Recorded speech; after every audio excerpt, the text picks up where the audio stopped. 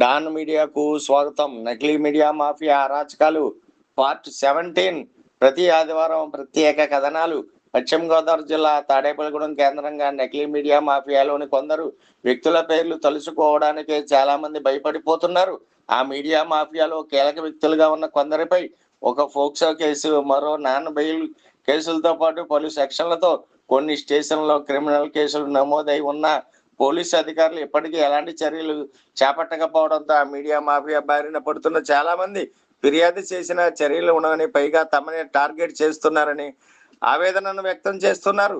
పంచలోహ విగ్రహాల కేసులో రాజోలు సబ్ జైలులో కొంతకాలం రిమాండ్లో ఉన్న పోరంబోకు గంజాయి శివగాడు తన సహచర నేరస్తులతో కలిసి దొంగతనాలు చేసిన దొంగల వద్ద బంగారం కొనుగోలు చేసే తాడేపల్లిగూడెంలోని తన మిత్రుడిని ఎక్కి ఆ దొంగలను పరిచయం చేసి అమ్మకాలు కొనుగోళ్లు సాగించి కమిషన్ పొందేవాడని, దొంగల వద్ద బంగారం వస్తువులు కొనుగోలు చేసే బీజేపీ నాయకుడిని తన చేతిలో పెట్టుకుని అతని సహకారంతో మరికొందరు బంగారం వ్యాపారస్తులను బ్లాక్మెయిల్ చేస్తూ లక్షలు వసూలు చేసి పంచుకునేవాడంటున్నారు.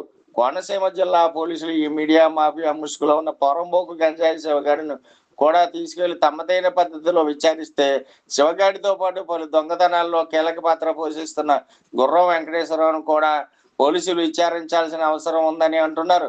కొత్తపేట పోలీసులు తీసుకువెళ్లిన గూడెం బీజేపీ నేతతో దొంగ సంబంధాల పరంగానే కార్తీక మాసంలో నకిలీ మీడియా మాఫియా ఏర్పాటు చేసిన వనభోజనం కార్యక్రమంలో వందలాదిగా వెండి వస్తువులను పంపిణీ చేసిన వాటిని ఆ దొంగల బంగారం వెండి వస్తువులను కొనుగోలు చేసే బీజేపీకి చెందిన బంగారం వ్యాపారస్తుడే ఏర్పాటు చేశాడని, ఆ కారణం వల్లనే ఆ నకిలీ మీడియా మాఫియా అతనికి సపోర్ట్ గా ఉంటారని, చాలా వార్తలను ఆ బంగారం షాపులను షూట్ చేస్తారని, అతన్ని పెద్ద సచ్చీలుడుగా వారి రొచ్చు ఛానల్లో చూపిస్తూ మిగతా వ్యాపారస్తులను బ్లాక్మెయిల్ చేస్తూ లక్షలు డిమాండ్ చేసి వసూలు చేసుకుంటారని బులియన్ మార్కెట్ కోడై కూస్తుంది.